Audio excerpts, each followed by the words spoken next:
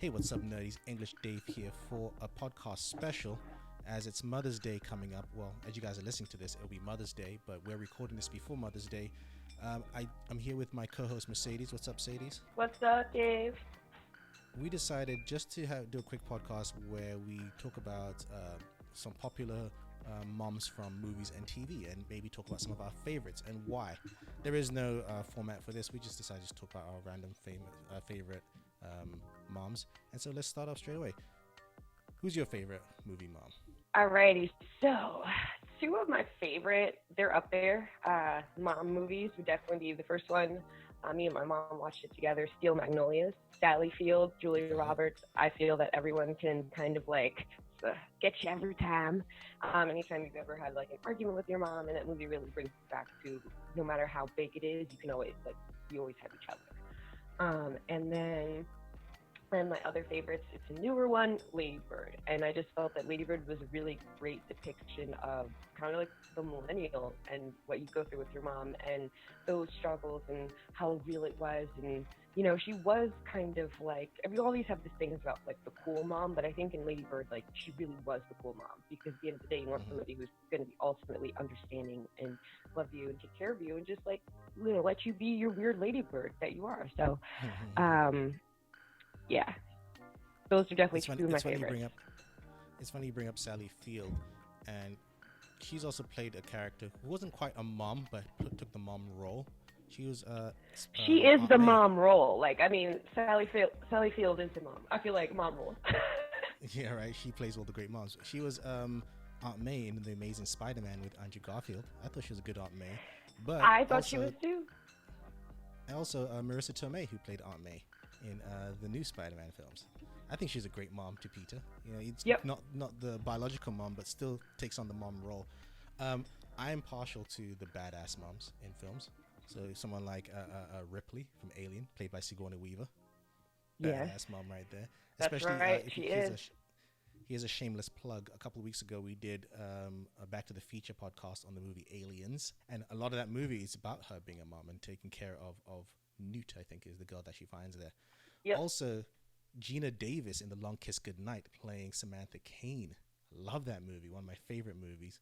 The Long Kiss Goodnight is such a good one. The scene where they jump out of the window is like still like one of the best action scenes to me. Yeah, love it. Another badass mother, Sarah Connor, Terminator. Come on. She's the mother of saving the future, guys. I mean, Judgment Day did not happen because Sarah Connor. That might be the mom of all moms.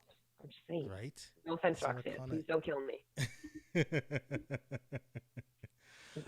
Another mom that doesn't get, I feel like doesn't get as much attention from people who don't pay attention to it is the mom in Toy Story.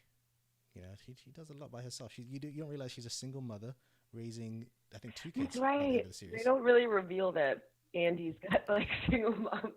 She's doing it all by herself, getting all those toys, working a full-time job, 2 kids. Have a pretty good house, you know, for single mom doing all that. I was like, okay. Well, maybe she got it in the divorce. You know, she got half. You never know. She got half. What about Helen Parr, aka Elastigirl, aka Mrs. Incredible, played by Holly Hunter? That's the aspirational mom. I feel like, especially as nerdy birds, like if you could, that's who you want to be. You want to be slim in the waist, and also run that entire household, like with your eyes closed. Especially more so, I think it was Incredibles 3 focuses more on her, right? When the dad is the one who's look after the kids, and she's the one that gets the job. Mm-hmm. It focuses on her journey and, like, you know, things that women do have. You know, it's always been, you know, you sacrifice career or you sacrifice children. And it's only recently, I think, within the last probably decade that we've actually been able to tackle that with like a tiny ice pick to allow women to do both. Julia Roberts, Erin Brockovich. I think that's a pretty dope mom. She works hard to make sure she gets what she needs to get. She was everyone's mom. She was helping out everybody in that movie. Right. Mm-hmm. One of my other favorite moms is Jamie Lee Curtis in Freaky Friday. Mom gets to switch with her daughter, gets to live in the shoes of her daughter. Midlife crisis mom. You know, she's like, I'm not young anymore, but now my daughter looks just like me. What am I going to do? You know, there you go. Yeah, there you go. Did you ever see The Blind Side? Yes. Oh, hello. adopted mom, best adopted mom, Blindside. Yes. Like she's not gonna let anybody talk shit about her son. Right? Sophie's Choice, mom that had to make the worst decision in the world. I mean, nobody wants to be that mom.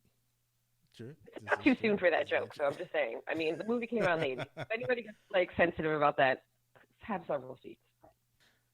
I've got some TV show moms as well. These ones are probably more noticeable for people.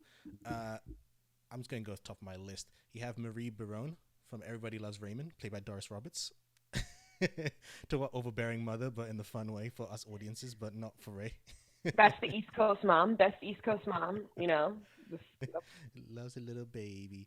We have, played by two actresses, Aunt Viv from Fresh Prince. Yep. I always found it interesting how they changed the character halfway. I know there's a whole story behind it. I don't know the actual story, but I know there's a whole story behind it. Y'all only just change the character. That's like a different person. Like, and then they were just like, she's still on Viv, and nobody was like, you know what it was? It was typical like Black family drama where it's like it's the elephant in the room, and we're just not allowed to talk about it. They're like, don't ask that question. Don't ask that question. But why is Aunt Viv like 2 shades lighter now? Don't ask that question. I will talk to you when we get in the house, but you will not ask that when we go outside. It made more sense as to why Hillary was so light skinned, because it's like before, it's like that can't be your mom. I was gonna say, so that's all Phil. That's all Uncle Phil then. Okay, I'm just saying. Now we know where the real Aunt Viv came from. Okay, I'm kidding. You have Marge Simpson, great animated mom from The Simpsons. The mom who needs a new husband. I think, you know, right. I think we can all say that Homer Simpson could definitely get kicked to the curb, but that relationship is iconic, you know? Right. She's like, she has 4 kids instead of 3. Exactly. Codependency is, you know, works for people, and that works for The Simpsons. Oh my God. I think Raven would remember this one. Stepmom. Remember Stepmom with Julia Roberts and Susan Sarandon? The movie that romanticizes the other woman. For Addams Family fans, what's her name? Morticia Addams. Yes. I feel like she could kick ass if she had to. Yeah, but she doesn't really have to. People don't fucking with her. Yeah. I'm gonna find a couple more, and I think that will be it for our months. What else have I got? I don't watch Gilmore Girls. Yes, that's classic. That has to be. You don't have a vagina, so that's why. I'm just saying. Oh, you also have Peggy Bundy from Married with Children. But I think that's a lot of moms we have. We definitely know that there are a lot of awesome moms in TV and film throughout history, and I feel like they'll continue to have more in various types. That's why I like it that we've seen various types of moms, from the typical cliche overbearing mom to the cool chill mom to the badass kick-ass don't touch my child mom, and also stepmoms and aunts who act like moms. Look how versatile moms are. Amazing. And all there is in between, you know. Yep. Also, thank you, Sadies, for joining me in our mom special, Ode to the Mothers. Ode to the Mamas. Ode to the Mamas, and all you mothers out there, we want to wish you a happy Mother's Day. Hopefully, you guys can be spoiled as much as you can, even though we're still going through the whole COVID-19 situation. I'm sure people that love you will find ways to spoil you. And don't do any work today, moms. Don't do any work. Yeah, don't do any no work. No work prepare. today. All the kids out there, go spend some time with your moms. Anyone who can't, video chat. There's so many things that you can do to stay connected. So just remember that even though we might not be able to hug each other, we can still talk to each other. So communication is key.